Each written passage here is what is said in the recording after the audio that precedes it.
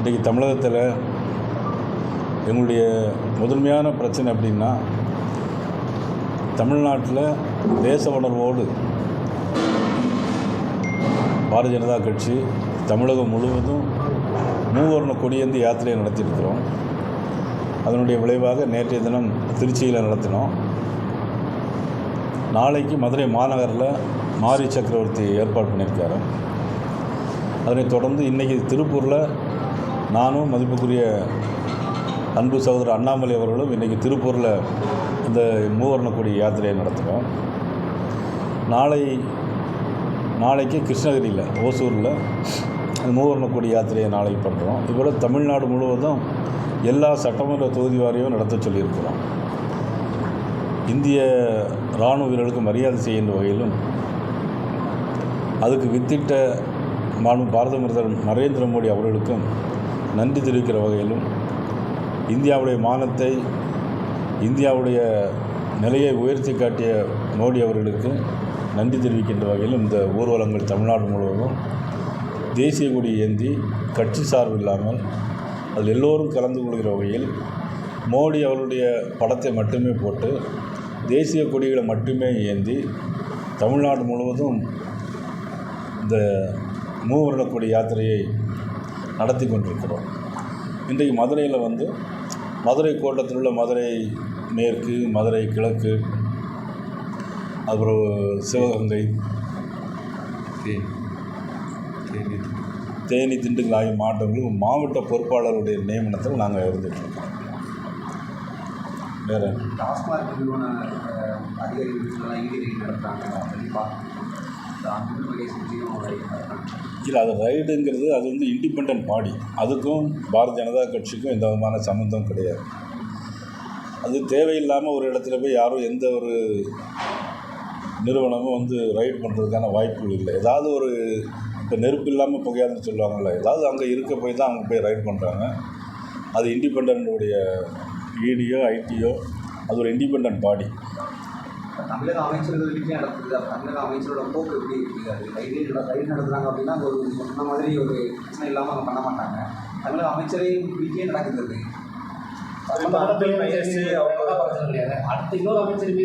இல்லை, அதை பற்றி எனக்கு தெரியாது. இது எதனால் அவங்க ரைட் பண்ணுறாங்கன்னு தெரியாது. இப்போ நீங்கள் சொல்லி தான் எனக்கு தெரியும். ரைட் நடந்து முடிஞ்ச பிறகு அவங்கள சொன்னதுக்கப்புறம் அவங்களுடைய விளக்கத்தை கேட்டுக்கிட்டு நான் நல்லா இல்லை அது ஊழல் குற்றச்சாட்டுகள் அடிப்படையில் நடைபெறுதா? எந்த மாதிரி ரைடுன்னா பொதுவாக சோர்சஸ் எல்லாமே இல்லை, அது எனக்கு தெரியாது. எனக்கு தெரிஞ்சால் நான் அவங்கள்ட்ட சொல்லுவேன். தெரியாத விஷயத்தை போய் நான் அவங்கள்ட்ட சொல்லிகிட்டு இருக்கிறதுல தமிழக வெற்றியாளர் சார்பில் பாஜகவோட கூட்டணி இல்லை. அதாவது ஒரு கட்சியினுடைய தலைவர் கூட்டணி வைத்துக்கிறதும் வைக்காததும் அவருடைய சொந்த விருப்பம். அது என்னுடைய பொறுத்தவரை என்னுடைய விருப்பம் எதுனாக்கி இன்றைக்கி தமிழ்நாட்டில் நடைபெறுகிற இந்த ஆட்சி இது மக்களுக்கு எதிரான ஆட்சின்னு தான் நான் சொல்லுவேன். இந்த ஆட்சியை அகற்றணும் அப்படின்னாக்கி எல்லாரும் ஓரணியில் சேர்ந்தால் அதனுடைய வாய்ப்புகள் அதிகமாக இருக்கும். அதனுடைய அடிப்படையில் நாட்டு மக்களின் நலன் கருதி அந்தந்த கட்சித் தலைவர் அவர்கள் முடிவு எடுக்க வேண்டுமே தவிர அவர்கள் எடுத்திருக்க முடிவுக்கு நான் எந்த கருத்தும் சொல்ல முடியாது. இபிஎஸ் தலைமையான அதிமுக பிஜேபி வந்துட்டாங்க. ஏற்கனவே டிடிவி தினகரன் ஓபிஎஸ் இருக்காரு. 2020 தேர்தலில் தொகுதி பங்கீடு எந்த மாதிரி இருக்கும்? அதாவது தேர்தலுக்கு இன்னும் 1 வருஷம் இருக்குது. அதனால் இப்போவே எல்லாத்தையும் சொல்லிட முடியாது. கூட்டணியில் இருக்கிறது மட்டும்தான் நம்ம சொல்ல முடியும். அது ஒரு பேச்சுவார்த்தை நடக்கும்போது யார் யாருக்கு எந்தெந்த தொகுதி எத்தனை சீட்டு அப்படிங்கிறத அந்த தேர்தல் கூட்டணி ஆரம்பித்தவங்க நம்ம சொல்லிடணும். அதுக்குள்ள நீங்கள் ரொம்ப அவசரமாக இருக்கிறீங்க. கொஞ்சம் பொறுமையாக இருங்க, பார்த்துக்கிட்டு நோக்கம். தமிழகம் முதல்வருக்கு 2026 39 நாங்கள் தான் திமுக தான் இருக்கணும் அப்படின்ற மாதிரி ஒரு பேட்டி கொடுத்துருக்காரு. சரியாக பண்ணிக்கல. இல்லை, அது அப்படித்தான். அது என்னென்னா சொல்கிறதுக்கு எல்லாருக்குமே சுதந்திரம் இருக்குது. ஆனால் அதை தீர்மானிக்க வேண்டியது மக்கள் தான். இதுக்கு முன்னால் இப்படி தான் ஒரு தடவை காங்கிரஸ் கட்சியும் திமுகவும் சமமாக போட்டிக்கிட்டாங்க. அப்போ போட்டியிடும்போது என்ன சொன்னாங்கன்னா, யார் முதலமைச்சர் அப்படிங்கிறதுல அதில் அவங்களுக்கு போட்டி இருந்துச்சு. திமுகவில் இருக்கிறதா காங்கிரஸில் இருக்கிறதாங்கிற போட்டிலாம் வந்துச்சு. எம்ஜிஆர் என்ன பிரச்சாரம் வச்சார்னா, இந்த நாட்டுடைய முதலமைச்சர் யாருங்கிறது மக்கள் தான் தீர்மானிக்கணும், இந்த கட்சிகள் தீர்மானிக்க முடியாதுன்னு அன்றைக்கி புரட்சித் தலைவர் பிரச்சாரமே செஞ்சாங்க. முடிவில் என்னாச்சுன்னா புரட்சித் தலைவரை தான் தமிழக மக்கள் முதலமைச்சராக கொண்டு வந்தாங்க. அதனால் மதிப்புக்குரிய முதலமைச்சர் அவர்கள் சொல்லுவதில் எனக்கு ஒன்றும் அவர் சொல்கிறதுல என்னுடைய கருத்தை ஒன்றும் சொல்ல முடியாது. அந்த செல்லூராஜ் கருத்து நீங்கள் கேட்டிருப்பீங்க, ராணுவர்களுக்கு சமமாக ராணுவர்களோட முன்னாள் ராணுவர்களும் அது கண்டனம் தெரிவிச்சிருக்காங்க, எதிர்ப்பு தெரிவிச்சிருக்காங்க. எப்படி பாருங்கள், ராணுவ போரில் வந்து எதுவும் செயல்படாத மாதிரி செல்லூராஜ் பேசுகிறாங்க. அதாவது இன்றைக்கி இந்தியாவை பாதுகாக்கிறது வந்து நம்ம இராணுவம். அவர்களை வந்து நம்ம எந்த விதத்துலையும் குறை சொல்லுங்கிறது கூடாது.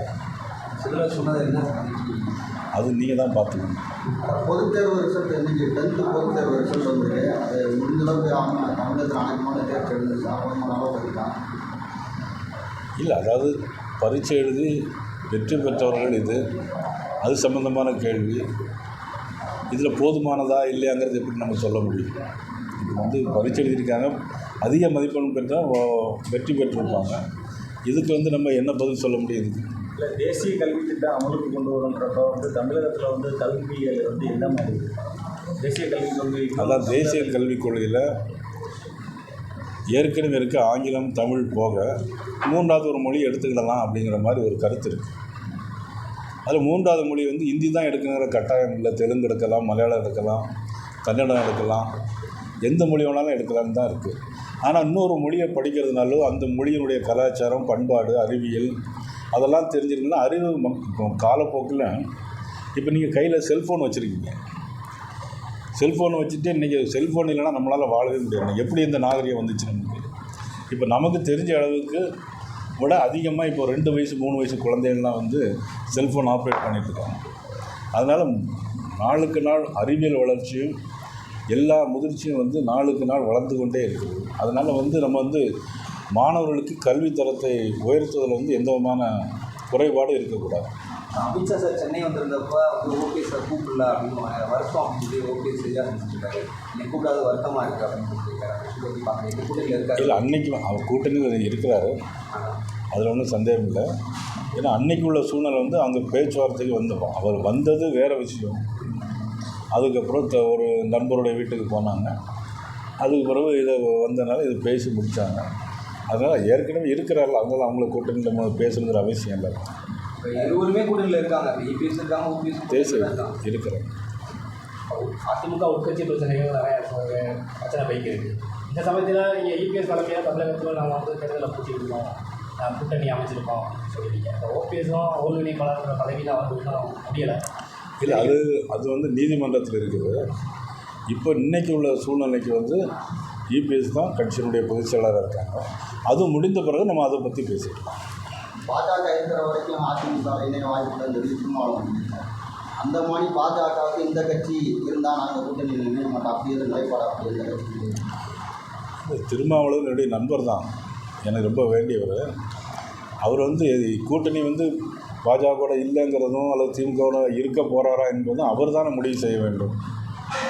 இந்த குறிப்பிட்ட கட்சிகள் வந்து இருந்தால் நாங்கள் கூட்டணி வைக்க மாட்டோம் அப்படின்ற மாதிரி நிலைப்பாடு இருக்காங்க. அப்படி இல்லை, ஏதாவது ஒரு கட்சியில் இப்போ என்ன எத்தனை கட்சி இருக்குது தமிழ்நாட்டில்? திமுக, இப்போ நாங்கள் எதிர்கட்சி ரெண்டு கூட்டணி தான் வரப்போகுது. அது அவர் தனியாக கூட நிற்கலாம். அதில் வந்து இதில் அந்த கட்சிங்கிறது வரமாட்டேன்னு சொன்னால் நம்ம அவருக்கு இப்படி வலுக்கட்டாமல் எப்படி கூட முடியாதுல்ல. அவ்வளோ இதில் தாவேக்கா சேர்ந்தால் பலமாட்டாங்க. இதில் பேசியிருக்காங்க. எல்லா கட்சிகளும் சேர்ந்தால் போகலாம். ஒவ்வொரு தனி மனிதனும் இதில் இந்த தமிழகத்தை பொறுத்த மட்டிலும் நீங்கள் உள்பட எல்லோருமே சேர்ந்து சேர்ந்தால் நிச்சயமாக நல்லது தான். அதிமுக தொண்டர்களோட நிலைப்பாடு எப்படின்னா, கட்சி ஒன்றிணைந்தால் தான் 2026 வெற்றி பெற முடியும். தொண்டர்கள் நிலைப்பாடாக இருக்குது. சரிங்க. நீங்கள் 2026 போட்டியிட்டு மீண்டும் தோல்வி, அதிமுக தோல்வி அடைஞ்சிருச்சுன்னா அதை கூட்டணி தொடரும். ஏன் நீங்கள் நல்லதே நினைக்கலாமே, ஏன் தோல்வி அடைஞ்சுன்னு நினைக்கிறீங்க? இல்லை, தொண்டர்கள் நிலைப்பாடுகள் அப்படியா இருக்குது. ஏன்னா 1.5 கோடி தொண்டர்கள் அப்படி எல்லாமே இப்போ ஒரு கட்சி ஆரம்பிக்கிறது எதுக்காக ஆரம்பிக்கிறாங்கன்னா மக்கள் நலனுக்காக. அப்புறம் எல்லா எம்எல்ஏக்களையும் தேர்தல் நிப்பாட்டி வைக்கிறாங்க. எல்லாம் தோற்று போகணும்னு நினச்சிக்கிட்டா நிப்பாட்டி வைப்பாங்க. குடியரசுத் தலைவர் மற்ற மாநிலங்களோட என்னங்க உச்சநீதிமன்றத்தில் ஆளுநருக்கு எதிரான அதில் வந்து ஒரு மனு தாக்கல் பண்ணியிருக்காங்க 3 ஜனாதிபதி முர்மு.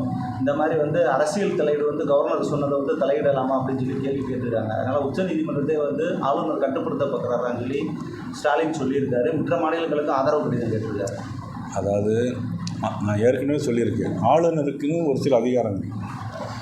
அவருக்கு என்னென்ன அதிகாரம்னா, அந்த 200வது அரசியல் சட்டப்பிரிவு 200ஐ பயன்படுத்துவது ஆளுநருடைய அதிகாரம். 201 சட்டப்பிரிவை பயன்படுத்துவது வந்து அது குடியரசுத் தலைவருடைய அதிகாரம். ஆனால் நீதிமன்றத்திற்கு என்ன நீதி வழங்கலாங்கிறது நீதிபதிகளுடைய சில விதிமுறைகளில் இருக்குது.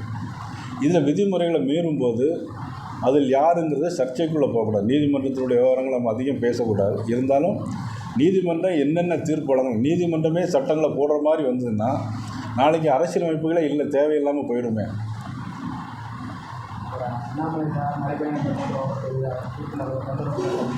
ஆமாம், கட்சி ஏற்கனவே வளர்ந்துருச்சு. அடுத்த தேர்தலை இது பண்ணி நாங்கள் வந்து சட்டமன்ற உறுப்பினராக போனோம், ஆளுங்கட்சியாக கொண்டு வரோம். கட்சி வளர்ந்துருச்சு. பாஜகவோட பாலிசி வந்து இப்போ தமிழகத்தில் வந்து கரெக்டாக வருமா?